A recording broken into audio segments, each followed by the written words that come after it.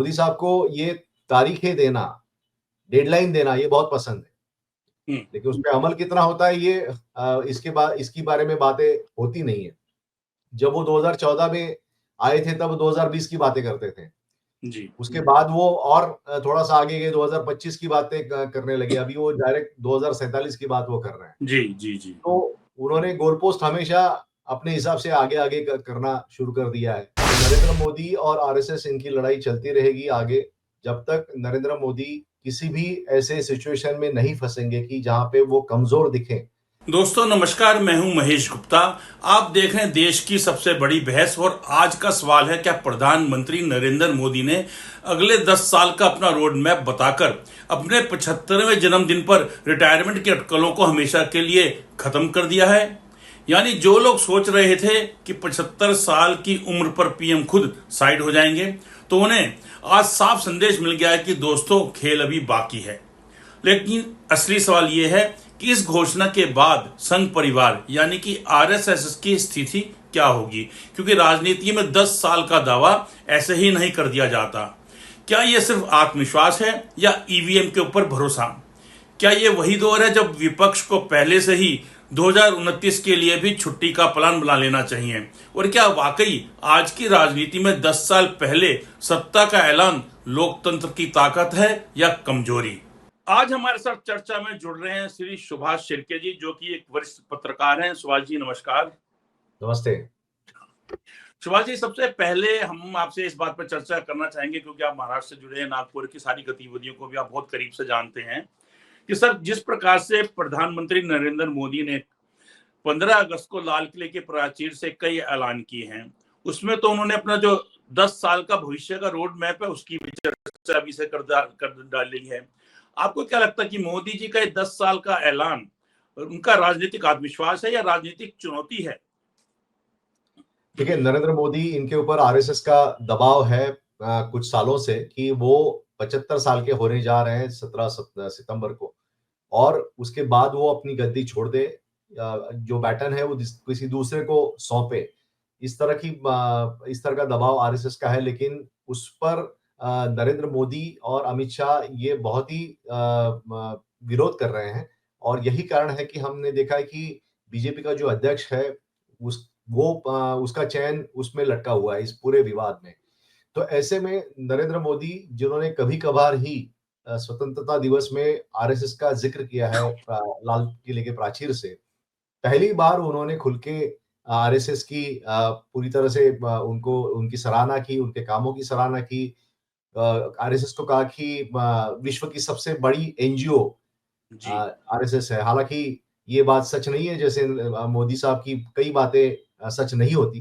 वैसे भी ये बात भी सच नहीं है। सबसे जो बड़ी संगठन है एनजीओ वो बांग्लादेश का है और उसके बाद ऑक्सफैम नाम की संगठन है। तो ये सारी जो इंग्लैंड से है, तो ये सारी चीज़ें जो है वो जो भी इस थोड़ा-सा गूगल कर लें उनको भी पता चल जाएगा। लेकिन मोदी साहब जो है वो एक तो बातें फेंकने में बहुत माहिर है और दूसरा झुनझुना पकड़ने में बहुत माहिर है।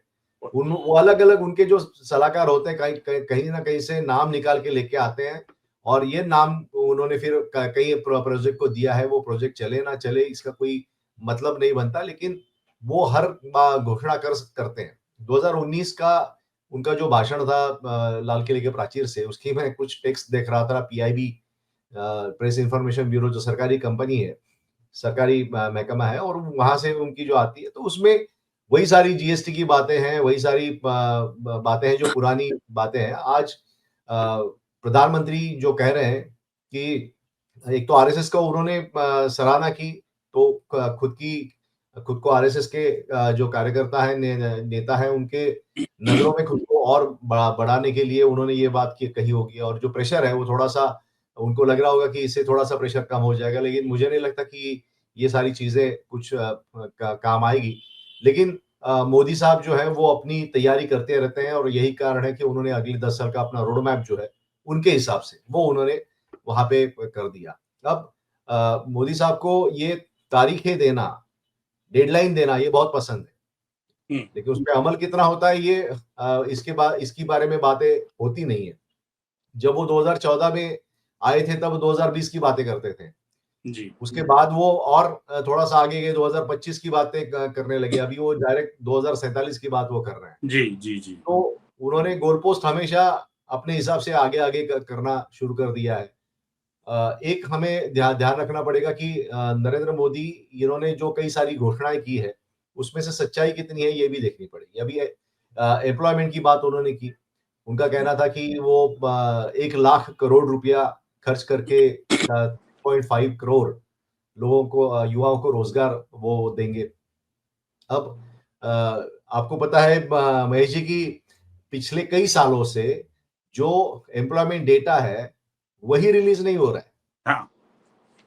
तो एनएसएसओ नाम की जो सरकारी संगठन है, उसकी तरफ से जॉब डेटा, एम्प्लॉयमेंट डेटा आता है। दूसरा जो सेंसस होता है, वो सेंसस तो हुआ नहीं है। तो सेंसस के जरिए जॉब डेटा आता है। कई सारी और बाकी जो चीजें हैं, उससे सरकारी जॉब डेटा जो है वो आ जाता है। लेकिन जॉब डेटा इन्होंने देना ही बंद कर दिया, तो किसी को कोई पता नहीं चलेगा, ऐसा नरेंद्र मोदी इनका विश्वास होगा शायद। लेकिन जो ये बात कह रहे हैं कि 1 लाख करोड़ रुपया देंगे, तो एक तरह से वो एक झुंझुना पकड़ा रहे हैं लोगों के हाथ में, क्योंकि सबसे ज्यादा अमेरिकी टैरिफ की जो मार होगी, उसमें उनके ही राज्य में जो हीरा व्यवसाय है, उस पर गा जाएगी। दूसरा, बाकी जो टेक्सटाइल जो इंडस्ट्री है, उस पे गा जाने वाली है, उन्हें वो शुरू भी हो गया है। तो ये सारी चीजें उनके गुजरात में ही है हम्म। सबसे ज्यादा। तो ये वहीं वहीं पे उनको पता है कि इसकी गाज आने वाली है, और आगे गुजरात का भी बाद में चुनाव होगा आने वाले दिनों में। बाकी सारे जगहों पे, बिहार वगैरह के यहाँ पे भी चुनाव है। हालांकि वहां पे चुनाव कमीशन की मदद से कुछ ना कुछ वो जरूर करेंगे। लेकिन जिस तरह से उन्होंने एक बहकाने का प्रयास किया है, वो अनप्रेसिडेंटेड हम नहीं कह सकते, क्योंकि इसके पहले उन्होंने 2 करोड़ रोजगार हर साल देने की बात 2014 में की। लेकिन जो पार्लियामेंट के रिकॉर्ड में ये है कि 10 सालों में 2014 से 24 तक 7,22,000 इतने ही लोगों को रोजगार मिला है। ये पार्लियामेंट का रिकॉर्ड है, जिसका जिक्र हमारे जो महाराष्ट्र के ही नेता है शरद पवार, इन्होंने इसके बारे में जिक्र किया था। तो ये सारी जो चीजें हैं, ये हम देखते हैं कि नरेंद्र मोदी अभी आगे उनका पैंतरा क्या होगा, इससे ये हमारा ये जो चीजें हैं, इससे हमें पता चल जाएगा। सुभाष जी, आपसे ये जानना था कि जो जिस प्रकार से मोदी जी ने आगे अगले 10 साल की घोषणाएं कर दी, अपना 10 साल का रोड मैप बता दिया, तो उससे क्या लगता है कि जो आरएसएस के साथ इनके संबंध हैं, जो कि सबको पता है कोई अच्छे नहीं है, तो ये जो जिस प्रकार से इन्होंने 10 साल की अपनी घोषणाएं कर रहे हैं, वो संघ के लिए, एक आरएसएस के लिए एक संकेत है या आरएसएस पर दबाव की राजनीति है? देखिए, ये तो संकेत उन्होंने बता ही दिया है, क्योंकि इससे पहले भी वो आरएसएस के जो नेता थे, उनसे बात कर चुके हैं कि वो कतई गद्दी छोड़ना नहीं चाहते 2029 तक। और 2029 में भी अगर उनकी सेहत ठीक रही, तो वो आगे प्रधानमंत्री बनना ही पसंद करेंगे। और जिस तरह से उन्होंने इलेक्शन कमीशन को अपने साथ में लिया है, मुझे नहीं लगता कि और 20 साल भी उनको कोई प्रॉब्लम रहेगा चुनाव जीतने के लिए। कोई भी चुनाव हो, इलेक्शन कमीशन उनको उनकी मदद के लिए तैयार है, और वो चुनाव जीतते रहेंगे। तो ऐसे में नरेंद्र मोदी, जैसे मैंने पहले भी आपको यहीं पे बताया था कि नरेंद्र मोदी खुद तय करेंगे कि वो रिटायर्ड होंगे या नहीं होंगे। तो इसलिए फिलहाल तो उन्होंने अपनी मंशा जाहिर की है कि वो रिटायर होने वाले नहीं है। और जिस तरह का उन्होंने अपना ऑरा तैयार किया है, पूरा अपने भक्त गण को इकट्ठा करके मोदी मोदी के नारे वो लगवाते रहे हैं। तो ऐसा आदमी जो है, वो जो कहता है कि मैं बायोलॉजिकल नहीं हूँ, तो वो साफ है कि वो गद्दी छोड़ के ऑब्लिवियन में जाके बैठना नहीं चाहेगा। और यही कारण है कि वो आखिरी दम तक वो लाइमलाइट में रहने की कोशिश करेंगे, और इसके लिए वो आरएसएस को किसी भी तरह का दबाव आरएसएस का, मुझे नहीं लगता कि वो उससे वो यानी उसका विरोध वो पुरजोर करते रहेंगे। सुभाष जी, आरएसएस में आपने तो देखा, ये बेशक से इन्होंने जो है अपने संबोधन में लाल किले के प्राचीर से खूब वाहवाही की, आरएसएस की खूब प्रशंसा की, या यूं कह लें कि ये बिल्कुल नतमस्तक हो गए आरएसएस के सामने कि आरएसएस भी जो है मुझे थोड़ा सपोर्ट करे, जो नाराजगी है उसको दूर करे। इस वजह से इन्होंने जो है पूरे देश के सामने आरएसएस की खूब प्रशंसा की। लेकिन सर एक ये बड़ी अजीब सी एक बात ये रहती है कि सरकारें 5 साल के लिए चुनी जाती हैं, ये किस आधार पर 10 साल की एक घोषणा कर देते हैं। वही बात है ना, 2014 में वो 2020 की बातें करते रहते थे। तो एक तो उनकी आत्मविश्वास बहुत ही प्रखर होगा उनका, इसलिए वो करते रहे होंगे। और दूसरा, तुरंत जवाबदेही उनकी बनती नहीं। हाँ यस। ये होता है कि तुरंत जवाबदेही बनती नहीं, कि आप 1 साल में कुछ करेंगे, 2 साल में कुछ करेंगे। ये बात जो होती है, तो ना मोदी साहब अभी बायोलॉजिकल नहीं है, तो इसका मतलब है कि उनके ऊपर कोई जवाबदेही नहीं है। वो संसद में बहुत कम आते हैं, वहां पे कोई किसी प्रश्न का जवाब देते नहीं है। तो वहां पे भी उन्होंने दिखा दिया कि वो किसी के प्रति जवाबदेही उनकी है नहीं। अभी सिर्फ आरएसएस और बीजेपी, इनका रिश्ता ऐसा है कि आरएसएस के बिना बीजेपी का काम चलना बहुत ही यानी वो चल नहीं सकता, इसलिए आरएसएस के दबाव में वो है और आरएसएस से वो लड़ रहे हैं। दूसरी तरफ आरएसएस का एक क्लियर है कि ये संगठन जो है वो अगले 20 साल की प्लानिंग करते है। और ऐसे में उनको दिख रहा है कि मोदी साहब जो है वो अगले 5 साल के बाद उनका उपयोग राजनीति में नहीं होगा। तो इसलिए वो अभी से उसकी तैयारी कर रहे हैं, क्योंकि मोदी साहब ने जिस तरह से अपनी गुजरात पैटर्न यहाँ पे लगा के सारे जो नेता थे जो उनके आसपास आने की क्षमता रखते हैं, उनको तो साफ कर दिया उन्होंने। तो नए नेतृत्व को पनपने देने की बात उन्होंने कभी की नहीं। और यही कारण है कि मोदी, इनके बाद तो अमित शाह, ये एक ही नेता आज की तारीख में दिख रहे हैं जो आरएसएस को पसंद नहीं है। दूसरी तरफ योगी आदित्यनाथ, इनके भी पर कतरने की कोशिश पूरी तरह मोदी और शाह इन्होंने की। हमारे नितिन गडकरी की तो उन्होंने हाशिए पे रख दिया। तो ये सारी जो चीजें हैं, ये देखते हुए नरेंद्र मोदी, इन्होंने बीजेपी को और आगे भविष्य में और बढ़ने के लिए कोई ऐसा रास्ता छोड़ा नहीं है। वो पूरा उन्होंने ये दिखाया है कि सिर्फ उनके ऊपर ही पूरा जो दारोमदार उनके ऊपर ही है, सारे पार्टी की और बीजेपी के भविष्य की।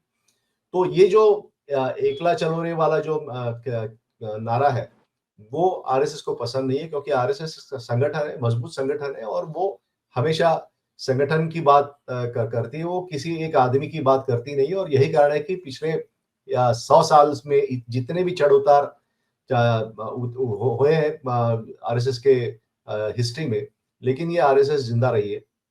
और यही कारण है कि संगठन मजबूत है तो आगे विचार बढ़ सकता है, ये उनका विश्वास है। और यही कारण है कि वो नरेंद्र मोदी से छुटकारा पाना चाहती है।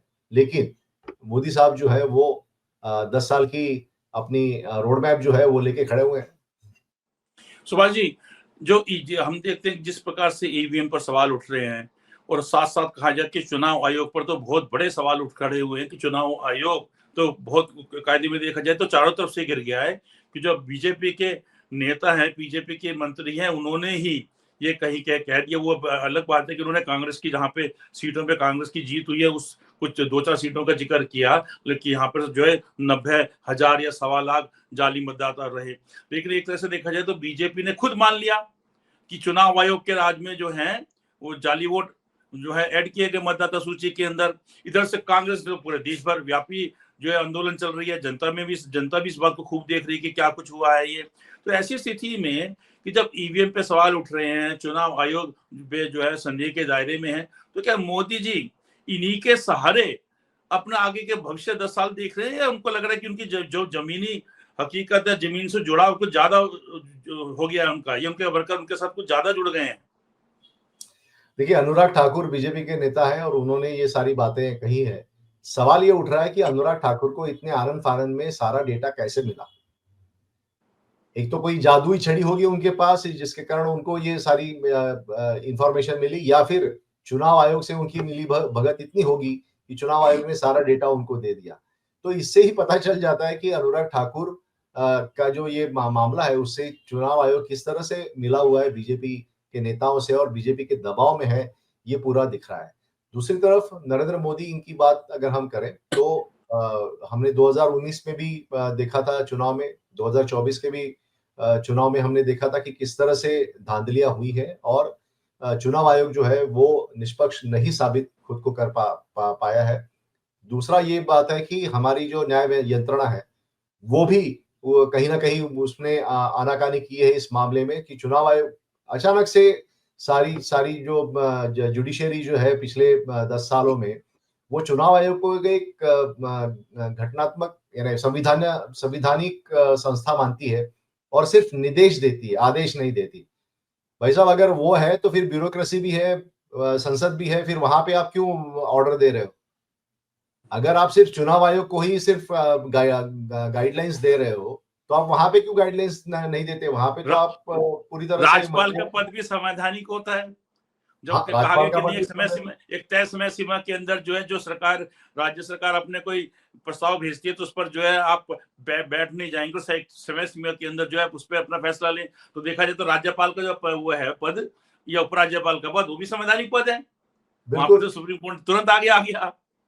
हाँ, तो ये सारी चीज़ें हैं, तो इसमें जिस तरह का ये आँख में पट्टी जो खोली गई थी एक्चुअली हमारे चंद्रचूड़ साहब के कार्यकाल में, लेकिन उनका ही हाथ ज़्यादा था कि वो पट्टी लगाने के लिए और पट्टी और कस के लगाने में उनका ही हाथ ज़्यादा था। तो यही कारण है कि ये सारी चीज़ें जो है, इससे इसके कारण मोदी जैसे जो नेता हैं, जो झुनझुना थामते हैं लोगों में और वो सारी जो चीज़ें जो है, वो अपनी मनमानी तरीके से करते हैं। एक उदाहरण के तौर पे जो सीएमआई की जो रिपोर्ट है, centre for monitoring of Indian economy की रिपोर्ट है, जिसमें बताया गया था कि 45% से ज़्यादा बेरोज़गारी है। हमारा मोदी साहब का सांख्यिकी जो डिपार्टमेंट है, स्टैटिस्टिक्स डिपार्टमेंट है, वो कहता है कि स्वयं रोजगार भी रोजगार होता है, जबकि इंटरनेशनल लेबर ऑर्गेनाइजेशन मानता है कि स्वयं रोजगार रोजगार नहीं होता। लेकिन मोदी साहब ने व्याख्या ही बदल दी। तो ये व्याख्या बदलकर और सारी चीजें करके नाली में से गैस निकाल कर जो है चाय बनवा देते हैं। जी। तो उनका तो तो ये सारी चीजें जो है कि लोगों में एक भ्रम फैलाने की बात और उसमें हम बहुत ही अच्छा कर रहे हैं ये दिखाने की बात अपने सारे व्हाट्सएप ग्रुप जो 1 करोड़ से भी ज़्यादा है, उनके ज़रिए करना, मीडिया के ज़रिए करना जो मीडिया उन्होंने पूरे अपने कब्ज़े में ले लिया है, उसके ज़रिए करना और इससे भ्रम फैलता रहता है और लोग उसमें जीते रहते हैं। आज कोई भी जो 80 करोड़ जनता या 85 करोड़ जनता जो रेशन का अनाज खा रही है, वो कोई चू नहीं कर रही है, उसके पास उसकी आवाज़ कहीं तक पहुँच नहीं जा रही है। अभी ये बता रहे हैं कि ₹15,000 लोगों को देंगे, जो युवा हैं उनको नौकरी मिलेगी। भाई साहब अगर 15,000 आप देने की सिचुएशन में हैं, तो बेरोज़गारों को क्यों नहीं आप पैसे दे रहे हो? जिनकी नौकरियाँ जा रही है, उनको क्यों नहीं आप पैसे दे रहे हो? हमारे महाराष्ट्र में तो लाडली बहना योजना है, सरकार का भट्टा बैठ गया है, वहाँ पे बाकी डेवलपमेंट काम के लिए पैसे नहीं है। क्योंकि महिलाओं को हर महीने ₹1,500 ₹2,000 देने की बात सरकार दे रही है और उसमें भी सारा जो कर्जा जो है वो बढ़ रहा है। तो एक तो आप रेवड़ियाँ नहीं बाँटेंगे, ऐसा आपने कुछ दिनों पहले भूमिका ली थी और आज आप रेवड़ियाँ बाँट रहे हो। तो कोई एक संबंध एक दूसरे से नहीं है। तो ये भ्रम की स्थिति है, ऐसा मेरा मानना है। सुभाष जी, कि अब जिस प्रकार से हम देखते हैं कि संघ, जो इन्होंने अभी नरेंद्र मोदी ने ये ऐलान किया कि उन्होंने 10 साल का रोड मैप दिखाया, तो क्लियर सी बात है कि वो हिसाब ये संकेत के कह रहे हो, तो उन्होंने साफ ये कह दिया कि मैं 10 साल तक तो अभी और हूँ। और हालांकि वो तो आगे 40 साल तक की भी बात कर देते हैं, अपने आप को एक अवतार बताते हैं, वो तो कुछ भी कर सकते हैं, कितने साल भी आगे जा सकते हैं। तो सवाल ये है कि सर, जिस प्रकार से इन्होंने अपना 10 साल का रोड मैप बताया है, उससे क्या लगता है कि सर जो आरएसएस है, संघ है, वो असहज हो रहा होगा इस बात को लेके, या आरएसएस पर जो है एक जबरदस्त दबाव मोदी जी ने बना दिया कि हाँ, मुझे आपकी कोई परवाह नहीं है। आपकी जो बात है वो सही है कि आरएसएस पे ज़बरदस्त उन्होंने दबाव बनाया है कि नरेंद्र मोदी इनके अलावा कुछ होगा नहीं बीजेपी का, इस तरह का माहौल उन्होंने बनाया है। और जिस तरह से उन्होंने सारी यंत्रणाएँ अपने हाथ में ली है, तो आरएसएस को अपने दया साथ लेने में उनको कोई कष्ट नहीं होगा। लेकिन अभी भी आरएसएस में कुछ लोग बचे हुए हैं जो वैचारिक भूमिका रखते हैं और वो किसी के झांसे में आते नहीं हैं। और यही कारण है कि आरएसएस दबाव बना रही है नरेंद्र मोदी के ऊपर, उनका विरोध कर रही है, जो भी नरेंद्र मोदी इनकी जो पैत्र है, उसका विरोध कर रही है। हालाँकि एक तरफ ये भी है कि आरएसएस की जितनी भी मंशा थी हिंदू राष्ट्र लाने की, उसमें से कुछ चीजें नरेंद्र मोदी इन्होंने जरूर की है और इससे आरएसएस खुश है। लेकिन आरएसएस को मोदी इनके आगे भी देखना है और यही कारण है कि नरेंद्र मोदी इनके ऊपर दबाव अभी आरएसएस का बन रहा है और वो मुझे लगता है कि ये आगे भी जारी रहेगा। मोदी कितना उसको टैकल करते हैं इसके ऊपर बहुत कुछ निर्भर होता है। लेकिन आज की तारीख में ये है कि मोदी साहब पूरी तरह से आरएसएस पर दबाव बनाए हुए, बराबर का दबाव बनाए हुए हैं, इसलिए आरएसएस बीजेपी का अध्यक्ष तक चुनाव जो है वो नहीं कर पा हम्म, रहा है। हम्म। सुभाष जी, ये कि 10 साल का जो वही घूम फिर के बात वही आ जाती कि जो 10 साल का इन्होंने अपना जो रोड मैप बनाया, क्या उसके पीछे की कहानी ये भी तो नहीं है कि ये जो है अपना 10 साल ये दिखा के कि हाँ 10 साल मैं हूँ और 10 साल से ज्यादा भी हूँ, तो जो एक नेता है उनका मनोबल बढ़ाया जाए। कुछ जो नेता दाएं बस रखने की कोशिश करते हैं वो बैक मार के फिर वापस इधर आ जाए। दूसरा जो कार्यकर्ता है वो काफी जो है, क्योंकि आप देखेंगे कि राष्ट्रीय अध्यक्ष का जो पद है उस पर जो है नई नियुक्ति कैसे लटकी पड़ी है, तो कार्यकर्ता भी जो इस बात को लेकर परेशान रहते हैं, उनका मनोबल गिरता है। तो मोदी जी की कहीं ये रणनीति तो नहीं है कि जो हमारे पार्टी के नेता हैं, वरिष्ठ नेता और छोटे नेता, उनका मनोबल बढ़ाया जाए कि हाँ 10 साल मैं तो हुई हूँ। कार्यकर्ता है उनका मनोबल बढ़ाया जाए कि हाँ 10 साल मैं तो हुई हूँ। और दूसरा ये कि विपक्ष पर एक मनोवैज्ञानिक दबाव बनाया जाए, ताकि विपक्ष के चाहे नेता हैं चाहे विपक्ष के जो कार्यकर्ता हैं उनके पार्टी के, कि उनको लगे कि नहीं भाई नहीं, क्या कुछ करें कितनी हम मेहनत करें, आना तो मोदी जी नहीं है। देखिए एक तो साफ है कि नरेंद्र मोदी इन्होंने जिस तरह से विपक्ष पर दबाव बनाया हुआ है, विपक्ष के कई सारे जो दागी नेता है उनको उन्होंने बीजेपी में लिया है और उनको पावन किया हुआ है। तो ये सारी जो चीजें हैं वो कर रहे हैं एक तरफ से और पूरी तरह से जैसे एक डिक्टेटर होता है वो पूरी सिस्टम को हाईजैक कर लेता है, वैसे सिस्टम उन्होंने की है। तो ऐसे में आज भी नरेंद्र मोदी इनके खिलाफ विपक्ष कारगर तरीके से बात नहीं कर पा रहा है क्योंकि मीडिया उनके साथ में है नहीं। जो सिस्टम है वह उसमें कोर्ट भी पूरी तरह से दबाव में है और इसलिए हम देख रहे हैं कि कई फैसले जो है वो जैसे दिए जाने चाहिए वैसे दिए नहीं जाते। उदाहरण के तौर पे हमारे महाराष्ट्र का जो फैसला है वो अभी भी लटका हुआ है। अभी उसको 3.5 साल से ज्यादा का समय हो गया है। अभी भी उसका फैसला नहीं आ रहा है कि सच में शिवसेना में फूट थी या नहीं थी। तो इतना कठिन ये माहौल बनाया गया है, इतना कठिन ये प्रश्न बनाया गया है कि शायद एक बार बाकी कोई समस्या जो है, बेरोज़गारी जैसी समस्या, वो उस पर हल निकल सकेगा, लेकिन इसका हल तो कभी नहीं निकलेगा सुप्रीम कोर्ट में। तो ये सारी चीज़ें देखते हुए मुझे नहीं लगता कि मोदी साहब को अभी कोई खतरा है। अभी खतरा तो है, तो सिर्फ़ आरएसएस से उनको खतरा है और इसीलिए वो आरएसएस की वकालत कर रहे हैं। आरएसएस ने बहुत अच्छा काम किया है, ऐसा वो कह रहे हैं। हालाँकि इसका कोई सबूत वो नहीं दे पा रहे हैं। पिछले 11 साल से वो सत्ता में है, ऐसा कोई सबूत तो दिखना चाहिए था कि आरएसएस ने सच में स्वतंत्रता संग्राम में बहुत बड़ी भूमिका निभाई है, लेकिन ऐसा कुछ दिख नहीं। सुभाष जी, एक कंक्लूजन पे हम जाते हैं कि दो सवाल हैं, दोनों सवाल आपस में जुड़े हुए हैं। सर, पहला सवाल तो ये कि जो नरेंद्र मोदी हैं, उन्होंने अपना जो 10 साल का रोड मैप बताया, खुल के बताया, कहीं पर भी वो अपने 75 साल की बात नहीं कर रहे, कहीं पर भी जो मार्गदर्शन मंडल होता है उसकी बात नहीं कर रहे। तो ये बिल्कुल साफ है कि नरेंद्र मोदी किसी भी प्रकार, किसी भी तरह से आरएसएस के दबाव में नहीं है और वो 75 साल में गद्दी छोड़ने वाले नहीं है, नंबर एक। नंबर दो, कि सर अगर एक गद्दी नहीं छोड़ते हैं और आरएसएस में जैसे देखा भी है कि भागवत जी ने कहा था कि 75 साल की जब उम्र जाती है, शाल उड़ा दी जाती है, तो कहा जाता है हट पीछे बाबू, औरों को भी काम करने दीजिए। तो एक प्रकार से ये संघ को भी ये छोटा दिखा देंगे, लेकिन उस स्थिति में संघ क्या कुछ करेगा उससे भाजपा को कितना नुकसान होगा या नहीं होगा, दोनों बातें। देखिए, एक तो संघ ऐसा कोई काम नहीं करेगा जिससे भाजपा बीजेपी का नुकसान हो। जी। दूसरा नरेंद्र मोदी और आरएसएस इनकी लड़ाई चलती रहेगी आगे, जब तक नरेंद्र मोदी किसी भी ऐसे सिचुएशन में नहीं फँसेंगे कि जहाँ पे वो कमज़ोर दिखें, तब तक आरएसएस राह देखेगा और किसी भी तरह पे अगर वो कमज़ोर दिखें, तो उन पर दबाव वो बनाने की बात करेंगे।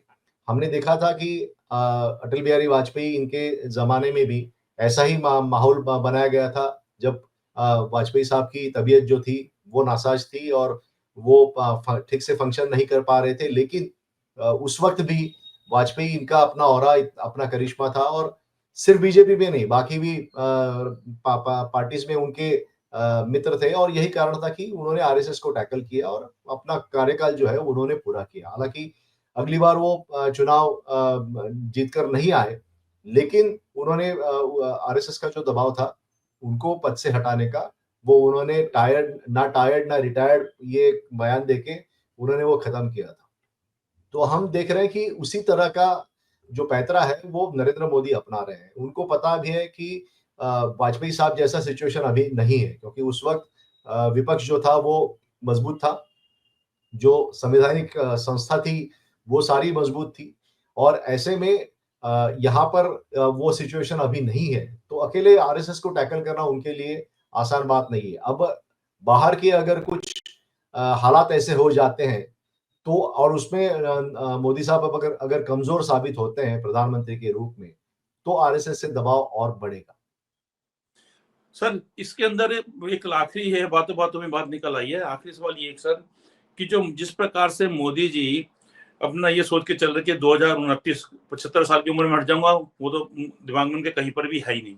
2029 भी वो पूरे करते हैं अगर, तो कहीं ये भी हो सकता है कि वो कहेंगे हाँ भाई 2029 तक मुझे चलने दीजिए, लेकिन उसके बाद मुझे कोई ऐसा संवैधानिक पद मिल जाए ताकि कल को अगर कोई भी मुकदमा, आपराधिक मुकदमा आता है तो उनके खिलाफ ना चले, क्योंकि जो संवैधानिक पद पर लोग बैठे हैं उनके खिलाफ अगर कोई मुकदमा दर्ज होता भी है तो अदालत में चलता नहीं है। और आप ये देखिएगा कि जिस प्रकार से बार बार इन्होंने कैसे कैसे बयान दिए हैं सांप्रदायिकता को लेके, महिलाओं को लेके, और मतलब सेना के साथ भी कई बातें आई हैं कि सेना के वर्दी पहन के आप जो भी कुछ करते हैं, तो जब तक बातें दबी हैं, लेकिन जब बातें उखड़कर सामने आती है तो लगता नहीं ये आरोप लगाने वाला तो बिल्कुल ठीक कह रहा है, मोदी जी तो ऐसा गलत करते ही थे। और कोई भी जाके जब अदालत में जाएगा तो मुकदमों की बाढ़ लग जाएगी।